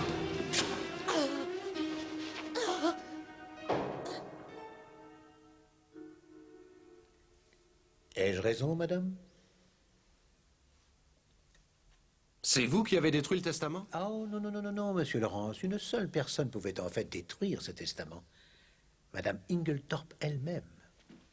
Mais elle l'avait rédigé dans l'après-midi. Elle l'a pourtant fait, mon ami. La température, ce jour-là, était montée jusqu'à 30 degrés à Londres. Ah oui, il faisait très chaud. Et malgré ça, Madame Inglethorpe avait ordonné qu'on fasse du feu dans sa chambre. Pourquoi? Mais parce qu'elle avait quelque chose à brûler. Précisément, inspecteur Jupp. Je continue. À 16 heures, Madame Inglethorpe se disputait avec son fils, le menaçant de le dénoncer à sa femme. D'abord, il ne s'agit pas d'une grosse somme d'argent, ce n'était qu'un prêt. Non, maintenant ma décision est prise. Ne crois pas que parce qu'il s'agit d'un couple, la peur du scandale me fera fléchir. C'est cette discussion que Dorcas a entendue. Mais elle a pris John Cavendish pour Monsieur Inglethorpe. À 16 heures, Madame Inglethorpe rédige un nouveau testament, déshéritant John Cavendish.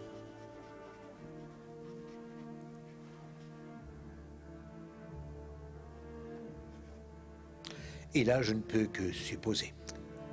Mais je pense que mes suppositions doivent être vraies. Elle écrit une lettre à son avoué, Monsieur Wells, lui demandant de venir pour enregistrer ce nouveau testament. Elle découvre qu'elle n'a pas de timbre. Elle va voir s'il y en a dans le bureau de son mari. Il est fermé à clé. Elle l'ouvre avec son propre trousseau. Elle trouve une feuille de papier.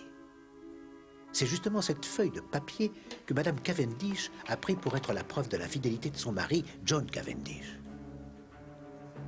En réalité, c'était beaucoup plus grave. Est-ce vraiment nécessaire? Tout ce que nous voulons savoir, c'est qui a empoisonné le café de ma mère et la raison pour laquelle le poison a été si long à agir. Oui, monsieur, c'est vrai, mais là, nous avons un petit problème. Voyez-vous, Madame Inglethorpe n'a pas bu le café. Quoi? Non. La tache sur le tapis, c'était du café. Elle l'a sûrement renversé avant de pouvoir le boire. Mais voulant quelque chose de chaud, elle décide de faire un cacao et le boit.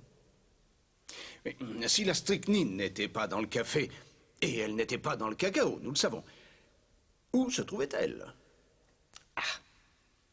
Maintenant, je vais vous poser une petite devinette très facile. Quel est le troisième élément qui était là tout prêt à être utilisé? Un truc tout simple et si pratique pour y dissimuler de la strychnine qu'il est absolument extraordinaire que personne n'y ait pensé. Hastings? Je ne vois pas du tout. Non? Non? Inspecteur Japp. Son médicament. Quelqu'un a mis la strychnine dans son fortifiant? Non, c'était inutile, Hastings. Elle s'y trouvait déjà. La strychnine qui a empoisonné Mme Inglethorpe était la même qui était prescrite le plus légalement du monde par le docteur Wilkins. L'addition de bromure à une solution contenant de la strychnine transforme la strychnine en cristaux solides incolores qui se déposent au fond du mélange.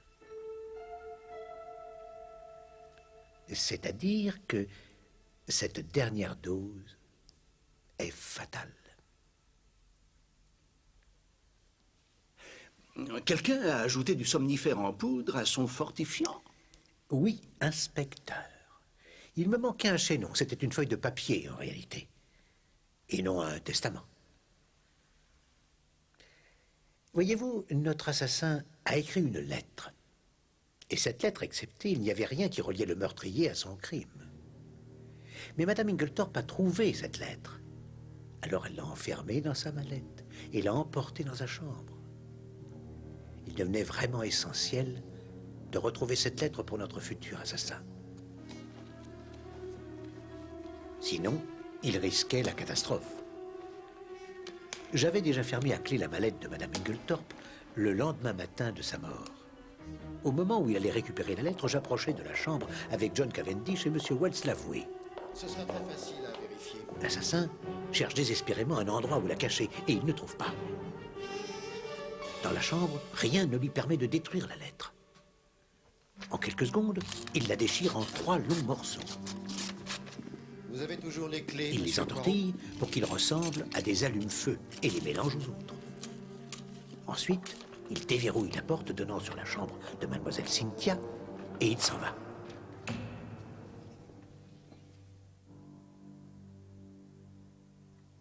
Ces allumes-feu sont restés en place jusqu'à ce qu'ils soient trouvés par Poirot.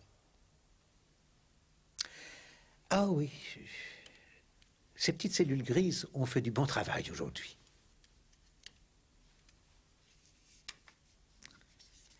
Un,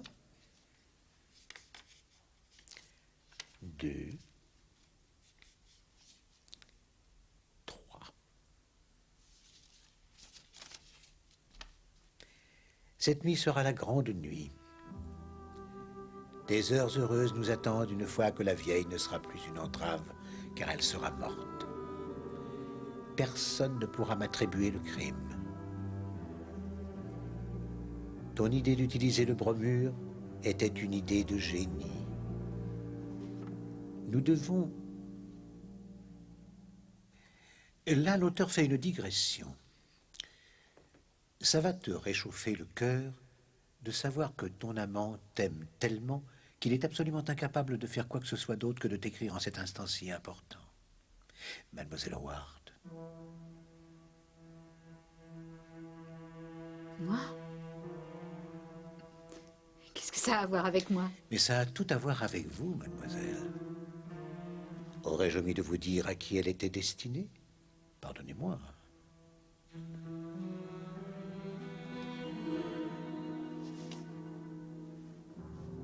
Ma très chère Evelyne. Tu es stupide! Tu es vraiment stupide! Voyons, Evie, du calme.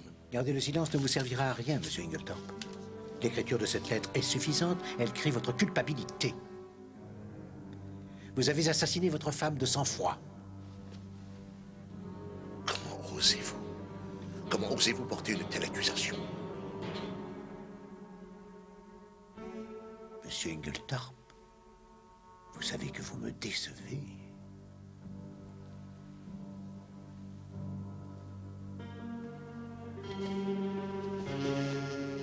C'est vrai. Nous nous aimons tous les deux.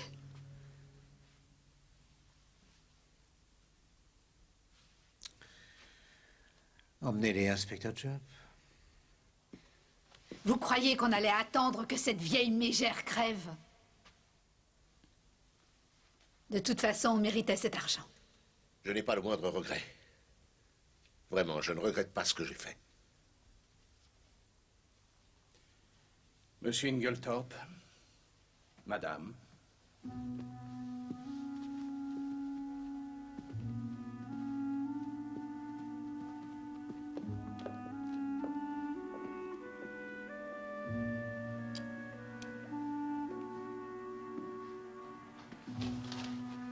C'est horrible. C'est horrible. Mais pourquoi il n'a pas gardé cette lettre? Ah, il ne l'a jamais terminée, en fait, mon ami. Il est probable que Madame Inglethorpe est rentrée trop tôt, l'a interrompue à leur prix de cour, il l'enferme dans le bureau sans réfléchir. Nous savons le reste. Madame Inglethorpe trouve la lettre, décide de ne rien dire à son mari, mais aussi de détruire le testament qu'elle a fait en sa faveur. À mon avis, le jour suivant, elle a dû vouloir faire un nouveau testament en faveur de Joan, mais la mort l'en a empêché.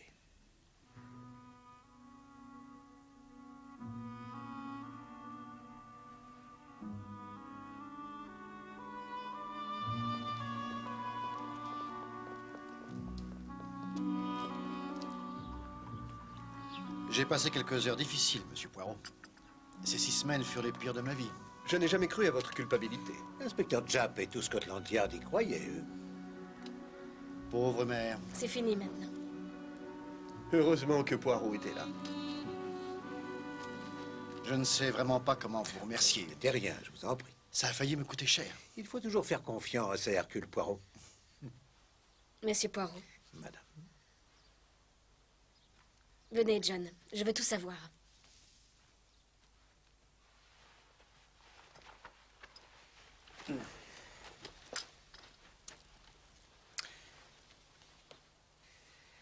Et vous savez, Hastings, si j'ai fini par découvrir ces allumes-feu, c'est entièrement grâce à vous. C'est vrai? Ah oui. Vous rappelez-vous m'avoir dit que ma main tremblait quand je rangeais ces objets sur la cheminée? Oh oui, c'est juste. Vous ne teniez plus en place. Vous étiez énervé. Exactement. Je me suis rappelé que quand nous étions tous les deux dans la chambre de Madame Inglethorpe, j'avais déjà rangé ces objets. Quoi? Pourquoi? Si je les avais rangés, il n'y avait aucune raison pour que je recommence. Quelque chose qui était un lien entre l'assassin et le crime. Mais quoi? Sauf si une autre personne était venue et les avait dérangés. Vous avez du génie. Seulement une chose n'est pas claire, c'est pourquoi Inglethorpe semblait tenir tellement à ce qu'on l'arrête. Parce que, mon ami, selon les lois de votre pays, si on est acquitté une fois, on ne peut pas être jugé une deuxième fois pour le même crime. Il a tout fait pour être jugé. Il aurait alors produit son irréfutable alibi, comme ça il ne courait plus aucun risque. C'était donc lui qui avait acheté la strychnine à la pharmacie, n'est-ce pas? Non, non, non, non, non, non, non, Hastings. Vous n'avez pas encore réalisé que c'est Mademoiselle Howard qui est allée à la pharmacie. Mademoiselle Howard? Mais oui. Bien sûr, il lui a fallu se déguiser. C'est une diabolique intelligence. Ah, ça vous réchauffe le cœur de les voir réunis heureux de l'être. La belle et séduisante Madame Rex est tombée dans les oubliettes. L'amour fait des miracles. Je ne vous le fais pas dire. Il y a une chose qui reste inexplicable. C'est la conduite pour le moins curieuse de Laurence Cavendish. Je n'oublierai jamais son regard quand nous sommes entrés dans la chambre de sa mère. Vous pensiez qu'il regardait le manteau de la cheminée, alors qu'en réalité, il regardait la porte de la chambre de Cynthia, qui est juste à côté de la cheminée. Il avait remarqué une chose, c'est que la porte n'était pas verrouillée. Mais il a juré qu'elle était verrouillée. Ah, justement, pour protéger Cynthia.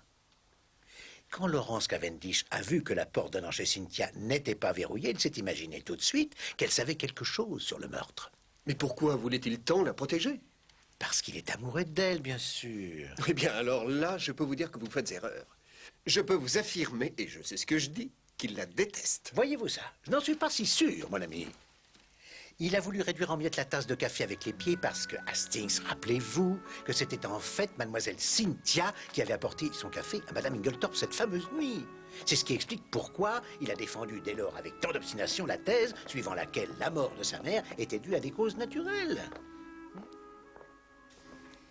Eh bien, je sais que vous vous trompez. Non, sans vous faire de peine, je Monsieur crois... Poirot, lieutenant Hastings.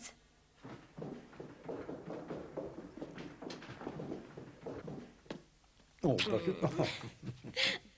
Oh, sans vous, je ne sais pas ce que je serais devenue. Nous avons quelque chose à vous dire. Nous, je crois que c'est le moment de vous présenter toutes nos félicitations. Félicitations. Cynthia et moi allons nous marier. Où sont Mary et John? Eh bien, ils sont juste là. Tu viens?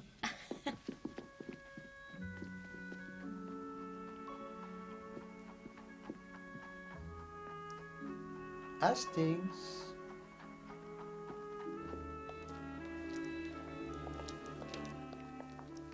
Quelle fille merveilleuse. Mais je ne comprendrai jamais les femmes. Consolez-vous, mon ami. Peut-être qu'un jour, quand cette horrible guerre sera finie, nous travaillerons encore ensemble.